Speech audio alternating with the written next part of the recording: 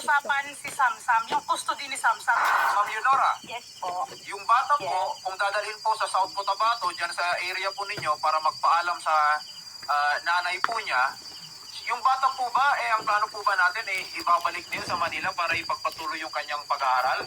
Sir, ganito na lang. Kasi sa ginawa nila sa akin, grabing trauma, sir.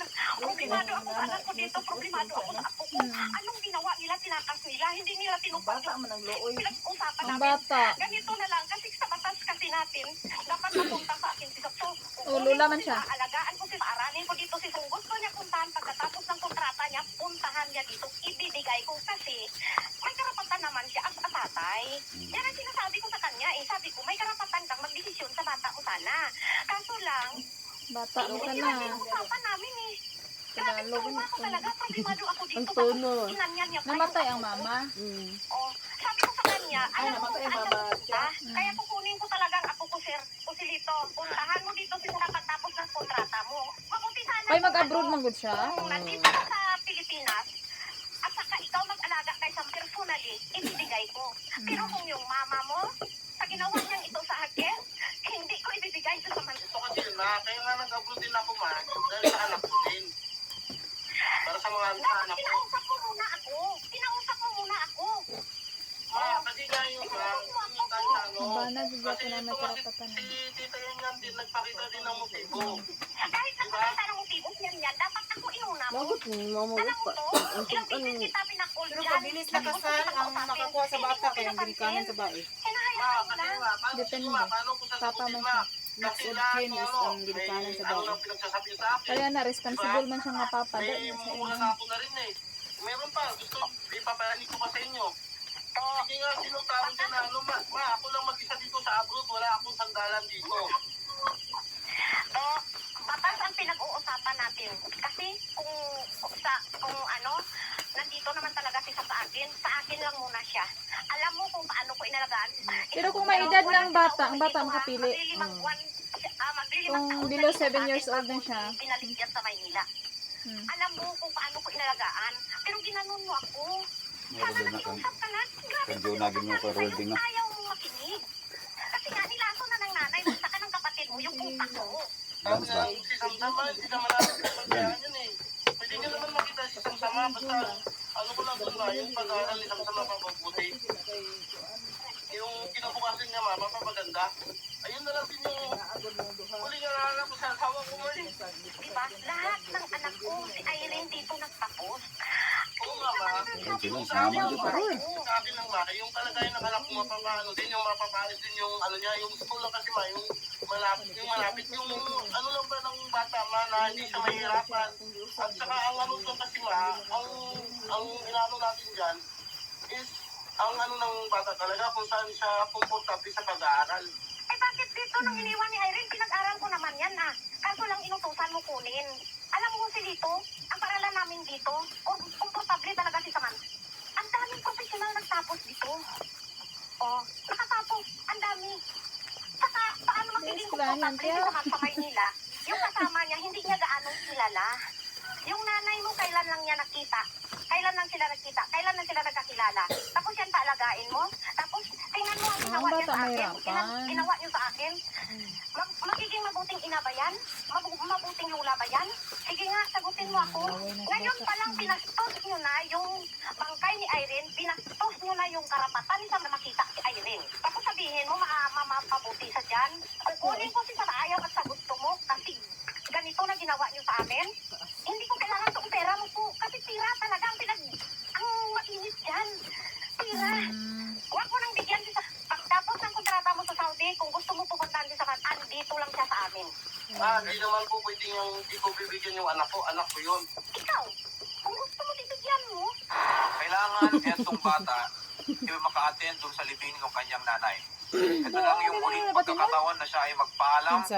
Yan yung nakasama Binapatid niya. mo ng bata sa habang lubong si mama? lumalaki. Kasi di magpatay. Kailangan po na may Papa. may dala natin no, sa Wala. South Cotabato. Dili na niya makuha. Ubus Dili na na kasal. pwede. Ma'am Irene. Kay mama, mana niya. Pakiusap lamang. Lilinawin ko po, yan po ay requirement ng batas. Ito po kasi Sir Jose dito, na hindi po kasi kayo kasal No. ni Ma'am Irene. Lugi siya. Oo. So pag inaiba kasi ang karapatan pag ikaw ay kasal, ikaw ay hindi kasal. Ano ang pinagkaibahan niyan? Pag yung dalawang mag-partners na hindi kinasal, may anak, yung sole parental authority Sa and mother custody ng belongs nanay. exclusively to the mother. Uy, Nanay lang yan. ito na po. Ngayon, namatay si nanay.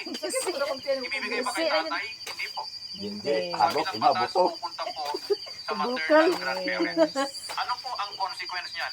Ibig sabihin, lahat ng desisyon, parental authority sa pag-aaral, pagpapalaki ng bata, everything will now be the decision of the maternal grandparents. Gani. Ibig sabihin na wala ng karapatan si tatay? Hindi po. Bakit? Kasi sa una pa naman, ang karapatan ng lahat ng Oo, custodial siguro. at parental rights nasa Magdayon nanay. sa So hindi isang nawalan si sipin, tatay. anak mo. Mabibisita ba niya? Yung bata, definitely. Ba, pag dili kasal sa Oo, muna batas day. Dili day maka ano si paternal grandparent, yung bata Dili. na walang para na permiso, kay Jitro. walang permiso po nung maternal grandparent o yung Si Jitro. custodial Tiliunin mo na si Jitro. grandparent. Akin yun si mama. Hindi lang po yun Yung illegal. lula. Sa katunayan, Nagdako yun mo po siya. ay Pero ang batas gyud criminal. is Kaya sa naman Miss kanina, Sir Obkin, Joselito, ang ano gyud ang na nasa sinasabi ko na nanay. po sa inyo, pakiusapan nyo na. Grandparents At the end of the sa day, kayo naman, I understand, no? Whether the Dili. mother's side Magdili or sa the kasal. father's side, Pero pag hindi kasal ba sila, yung gusto nyo lang siyempre. naman is kung ano yung makabubuti sa bata.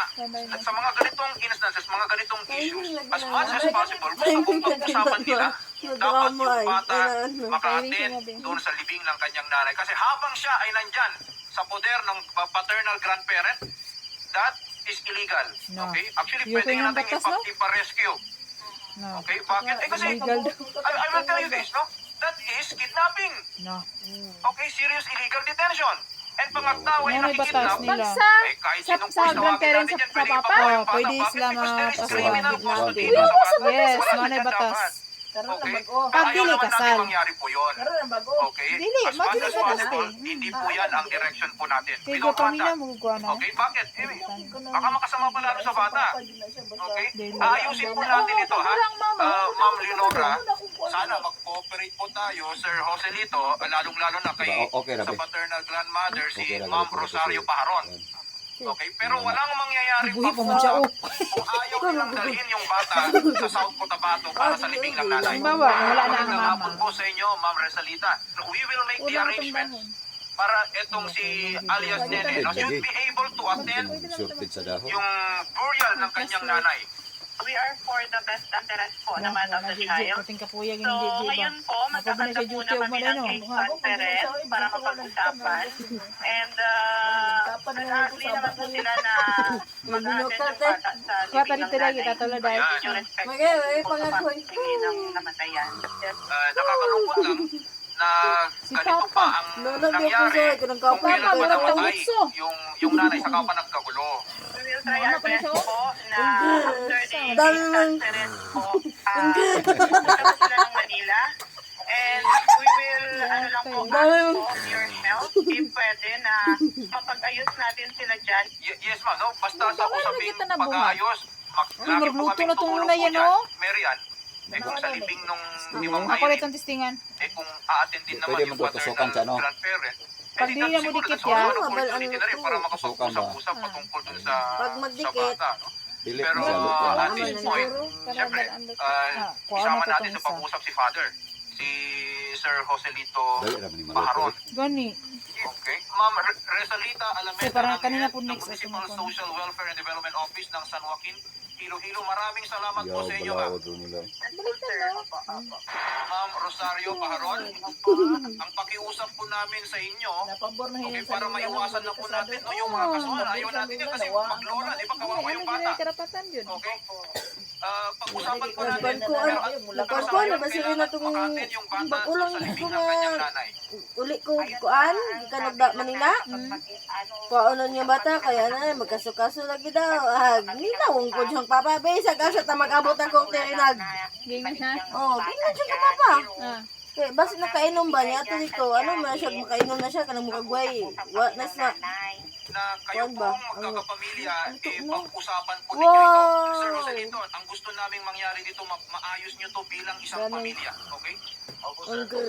Maraming salamat sa inyo, Sir Joselito Paharon at kay Ma'am Rosario Paharon. Ma'am Marian.